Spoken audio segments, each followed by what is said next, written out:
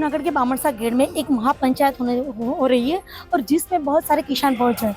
यहाँ पर एक खास व्यक्ति भी पहुंचा है जो हरियाणा से आया है। वैसे तो वो कुश्तीबाज है और कुश्ती का दंगल करता है। वो पहली बार यहाँ पर किसान का दंगल करने जा रहा है। वो है बजरंग पुनिया। बजरंग पुनिया जी, पहले तो ये बताइए, कुश्ती का जो दंगल होता है और ये किसान का दंगल, क्या फर्क लगता है दोनों में? देखो, सबसे पहले तो आपका धन्यवाद। और मैं आपको बता दूं कि मैं पहलवान से पहले किसान का बेटा हूं, क्योंकि मेरे घर में आज भी खेती बोई जाती है। और हम मेरे फादर है, मदर है, भाई है, तो आज भी खेती करते हैं। तो ये दंगल तो हम पहले से ही कर रहे थे। कुश्ती दंगल में तो बाद में आए थे।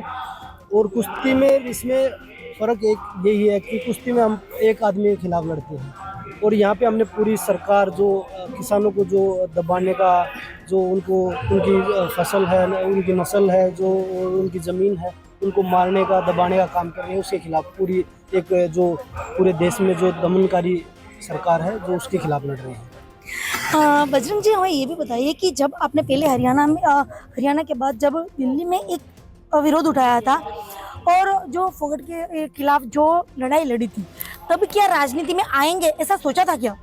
देखिए, स्टार्टिंग में तो हमें कुछ भी नहीं पता था कि ऐसा भी दिन आएंगे कि हमें राजनीति में जाना पड़ेगा। अच्छा खेल चल रहा था, अच्छी सबके साथ अच्छी थी, चाहे वो बीजेपी के लीडर थे, चाहे वो कांग्रेस के लीडर थे, सबके साथ अच्छी थी हमारी, क्योंकि हम खिलाड़ी थे।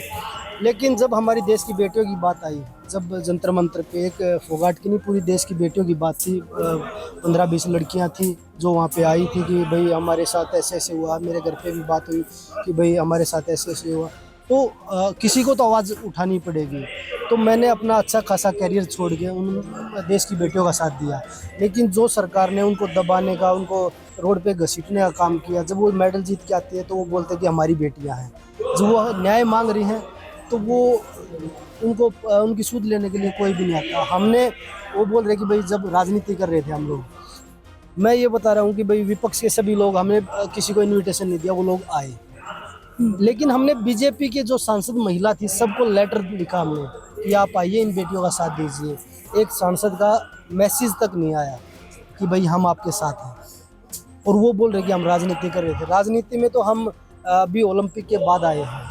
हम अच्छा खासा कैरियर अपना दांव पे लगा के उन बेटियों के साथ खड़े हुए थे। उसके बाद जो भाजपा की आईटी सेल थी,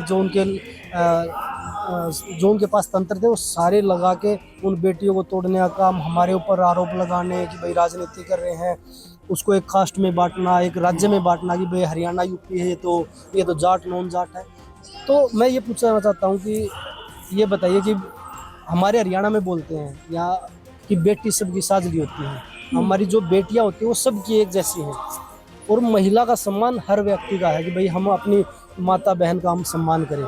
तो वो हर इंसान के अंदर होना चाहिए कि भाई हाँ, हम उन बेटियों के अगर कोई आ जाएगी तो हम उनके साथ आगे खड़े हैं। लेकिन बीजेपी ने ऐसा कुछ नहीं किया। बीजेपी हमेशा ब्रिजभूषण के सपोर्ट में खड़ी रही, और वो बोल रही थी हम राजनीति कर रहे थे। अच्छा, तो ये कहा जा सकता है कि जो दिल्ली का जो विरोध था वो आपके राजनीति एंट्री का पॉइंट बना है, या तो फिर वो मुद्दा बना कि जिससे आपको लगा कि देश के लिए लड़ने की जरूरत अब हम पहलवान होने के बावजूद भी हैं?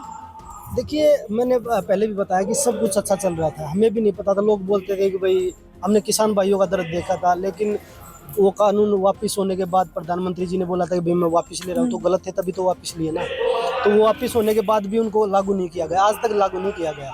जब उन्होंने वापस लेने के बाद, उसके बाद हमने अपना प्रोटेस्ट देखा कि जब हम मेडल जीतते हैं तो हमें खूब शाबाशी मिलती है, हमें फ़ोटो खिंचवाने के लिए घर पे बुलाया जाता है। लेकिन जब बात एक अपने न्याय की आई कि भाई इन बेटियों को न्याय चाहिए, और उस समय आपके मुंह से एक शब्द नहीं निकलता, तो हमें भी समझ में आ गया ना कि देश अब किस दिशा में जा रहा है। ना तो हमारा किसान सुखी, ना हमारी महिला खिलाड़ी, चाहे वो महिला हो चाहे खिलाड़ी हो, वो सुरक्षित, ना हमारे जवान सुरक्षित।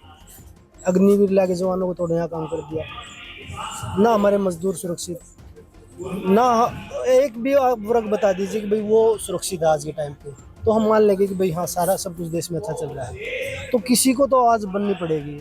और जो आज ये सोच रहे कि भाई हमारे लिए, हम बीजेपी में, हमारे लिए सब कुछ अच्छा है, बारी सबकी आएगी एक एक करके। आज मेरी बारी है, कल आपकी बारी है, तो अपनी बारी का इंतज़ार करिए। अगर ऐसा ही रहा तो बारी सबकी आनी है। या तो आप जागरूक हो जाइए, लड़ाई लड़िए, और उसके लिए आपको हर उस तंत्र से, हर उस ताकत से लड़ना पड़ेगा जो आज हमारे किसानों के, जवानों के, महिलाओं के खिलाफ में लड़ रही है। अच्छा बजरंग जी, एक लास्ट क्वेश्चन मेरा है। हरियाणा में कांग्रेस ने जोर शोर से प्रचार किया, आप लोगों ने भी बहुत सारी मेहनत की, इसके बावजूद हरियाणा में हार हुई। आपको क्या लगता है इसकी खास वजह क्या हो सकती है? देखिए, हार और जीत, मैं एक खिलाड़ी हूँ, मेरे से बेहतर कोई नहीं जानता, क्योंकि खेल में हार भी होती है, जीत भी होती है। शायद इसीलिए क्वेश्चन मैंने आपसे ही किया। तो वही चीज़ है, क्योंकि जो कमियां हैं उन पे हमारे जो लीडर हैं, सीनियर लीडर हैं, वो सभी काम कर रहे हैं कि भाई क्या कमी रही, उसके बारे में तो मैं अभी कुछ भी नहीं बोल सकता, वो पता लगने के बाद ही आपको बता सकता हूँ। लेकिन जो माहौल बनाया गया था भाई कि हरियाणा में कि भाई जाट नॉन जाट करके बीजेपी द्वारा, तो मुझे लगता है कि वो कास्टिज्म में लोगों को बांटने में माहिर है। मुझे लगता है कि वो उस चीज़ में सफल हुए हैं जहाँ तक है, क्योंकि ये उन्होंने, उनके पास मीडिया, सारा मीडिया उन्हीं के पास है। सारे अधिकारी जितने भी, वो बोलते हैं ना, सारे चाहे ईडी सीबीआई, किसी को भी तोड़ो, किसी तरीके से तोड़ो, दबाव दे के तोड़ो या प्यार से तोड़ो, पैसे से तोड़ो, वो हर ताकत है और वो हर उस मुकाम में माहिर है। जो कांग्रेस की हार का कारण मुझे लगता है कि सबसे ज़्यादा तो यही है कि उनके पास सारे, बीजेपी के पास सारे तंत्र हैं और उनका खूब इस्तेमाल करती है। तो सबसे बड़ा कारण तो यही है। बाकी फिर और हमारे लीडर जो उस पर वर्क कर रहे हैं कि भाई क्या कारण रहा है, किस चीज़ का हम इतनी सीटें नहीं जीत पाए, तो उस पर वो उसके बाद बात होगी। बजरंग पुनिया, आगे क्या? अभी किसानों की आवाज़ उठाएंगे, खिलाड़ियों की आवाज़ उठाएंगे, देश में जो अत्याचार सह रहा है उस हर आदमी की आवाज़ उठाएंगे और पूरे देश में जाएंगे कि भाई हम आपके साथ खड़े हैं, कांग्रेस पार्टी आपके साथ खड़ी है, हमारे नेता राहुल गांधी जी आपके साथ खड़े हैं, आप मजबूती से आगे बढ़िए।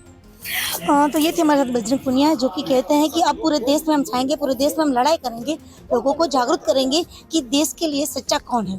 भार्गवी जोशी, जूनागढ़।